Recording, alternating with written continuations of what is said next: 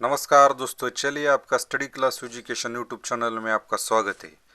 आज की वीडियो में हम बात करेंगे भारत ने रैम जेट इंजन से चलने वाली तोपखाने के गोले का परीक्षण किया।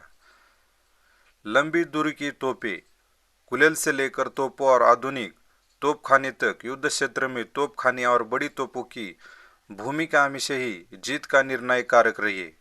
तोपखाने लंबे इतिहास में अनेक सेनाओं का अभिन्न अंग रहे और समय के साथ साथ बेहतर सटीकता, उपयोग में आसानी और सबसे महत्वपूर्ण व्यापक मारक क्षमता के लिए एक जटिल प्रणाली में विकसित हुए।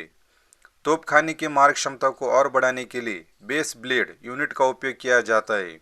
यह मुख्य रूप से गोले के पिछले हिस्से में गर्म गैसें डालकर उसके बेस ड्रैग को कम करता है और इस प्रकार मारक क्षमता को बढ़ाता है। हालांकि इसका प्रभाव बहुत अधिक नहीं होता।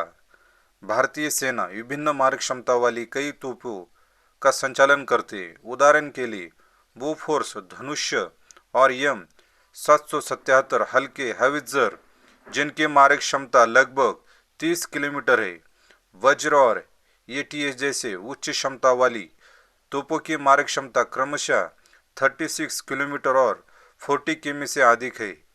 आप कल्पना कीजिए कि यदि हल्के हवित्जरों की मारक क्षमता 30 किमी से बढ़ाकर 50 किलोमीटर से अधिक कर दी जाए, वज्र और एटीएच क्रमशः 68 किमी और 78 किमी की दूरी पर लक्ष्य को भेदने में सक्षम हो जाए, इसे भारतीय सेना के दुश्मन के इलाकों में दूरी से भी हमला करने की क्षमता में जबरदस्त वृद्धि होगी और उसे अपनी प्रतिद्वंद्वियों पर एक अनुचित बढ़त प्राप्त हो सकती है। आईआईटीएम रैमजेट तोपखाने। इसी को ध्यान में रखते हुए आईआईटी मद्रास के एयर स्पेस इंजीनियरिंग विभाग ने लंबी दूरी की तोपों के लिए एक परियोजना पर काम शुरू किया है। इस परियोजना का उद्देश्य सक्रिय रैमजेट प्रणोदन का उपयोग करके मौजूदा तोपों की मारक क्षमता को 100 से अधिक बढ़ाना है। रैमजेट एक और रोचक प्रणोदन तकनीक है क्योंकि यह इंजन की आगे की गति का उपयोग करके आने वाली हवा को संपीड़ित करती है।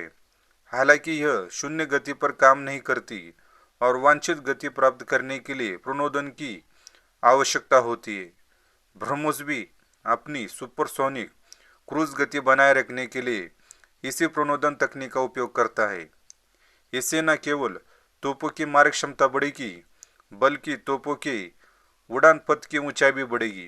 हालांकि लंबी दूरी पर सटीक मार्गदर्शन प्रणाली की भी आवश्यकता होती है क्योंकि बढ़ी हुई मारक क्षमता के साथ गोले का फैलाव भी बढ़ जाता है। आईआईटी मद्रास लंबी दूरी की तोपों के लिए सटीक निर्देशित किट विकसित करने पर भी काम कर रही है। बेस ब्लेड बनाम रैमजेट। आईआईटीएम बेस ब्लेड नामक पारंपरिक विधि का भी उपयोग कर रहा है जिसमें गोले के आधार पर एक रसायन जलता है और उसे निकलने वाली गैस गोले के पीछे के निर्वात को भर देती है, जिससे आधार पर लगने वाला घर्षण बल कम हो जाता है। बेस ब्लेड से रेंज में 10 से 20% तक की वृद्धि संभव है। हालांकि रेंज को दुगना करने के लिए आईआईटीएम स्वदेशी रूप से विकसित इंद्रॉन वायु सेवन प्रणाली के माध्यम से रैमजेट प्रणोदन तकनीक का उपयोग कर रहा है, जो गोले को तेजी से आगे बढ़ने में मदद करती है, जिससे यह दुगनी रेंज प्राप्त कर सकता है। सेल और गन की अनुकूलता। आईआईटीएम रैमजेट प्रणोदन तकनीक का उपयोग करके मौजूदा गोले को फिर से डिजाइन कर रहा है, जो बोफोर्स धनुष वज्र और एटीएजीएस जैसे सभी मौजूदा तोपों के साथ संगत होगा। प्रत्येक तोप की अपनी विशेषता है, लेकिन आईआईटीएम द्वारा विकसित गोला 155 मिमी कैलिबर का है, जो 155 मिमी गोले का उपयोग करने वाले सभी भारतीय विदेशी प्लेटफॉर्मों पर प्रयोग योग्य होगा। इस परियोजना का विकास के कुल लागत लगभग 9.95 करोड़ रुपए है और 2020 में इसके विकास के लिए अनुमानित समय सीमा 2.5 वर्ष थी। हालांकि है लेफ्टिनेंट जनरल पी.आर. शंकर, जो अक्टूबर 2016 में तोपखाना महानिदेशक के पद से सेवानिवृत्त हुए और वर्तमान में आईआईटी मद्रास के एरोस्पेस विभाग में प्रोफेसर है, इन्होंने कहा कि तोपखाने के लिए रैमजेट तकनीक विकसित कर ली गई है और हम इसे हासिल करने वाले पहले देश है, जबकि दुनिया में किसी ने भी ये तकनीक विकसित नहीं की है। उन्होंने यह भी पुष्टि की कि विकसित रामजेट तोपखाने तकनीक मौजूदा तोपों की गोली की मारक क्षमता को दुगना कर देगी। उन्होंने ये भी कहा कि ग्रेड एम की मारक क्षमता 20 किमी है, लेकिन रामजेट तकनीक से इसे 120 किमी तक बढ़ाया जा सकता है। फरवरी 2024 में बालासोर में 155 मिमी रामजेट संचालित तोपखाने का परीक्षण किया, लेकिन यह असफल रहा। हालांकि इसे प्राप्त अणु प्रणाली के डिजाइन में और अधिक सहायता प्रदान करेगा। 6 महीने पहले देवलाली स्थित तोपखाना विद्यालय में रैमजेट संचालित तोपखाने के आधे आकार के मॉडल यानी 76 मिमी तोपखाने का सफल परीक्षण किया।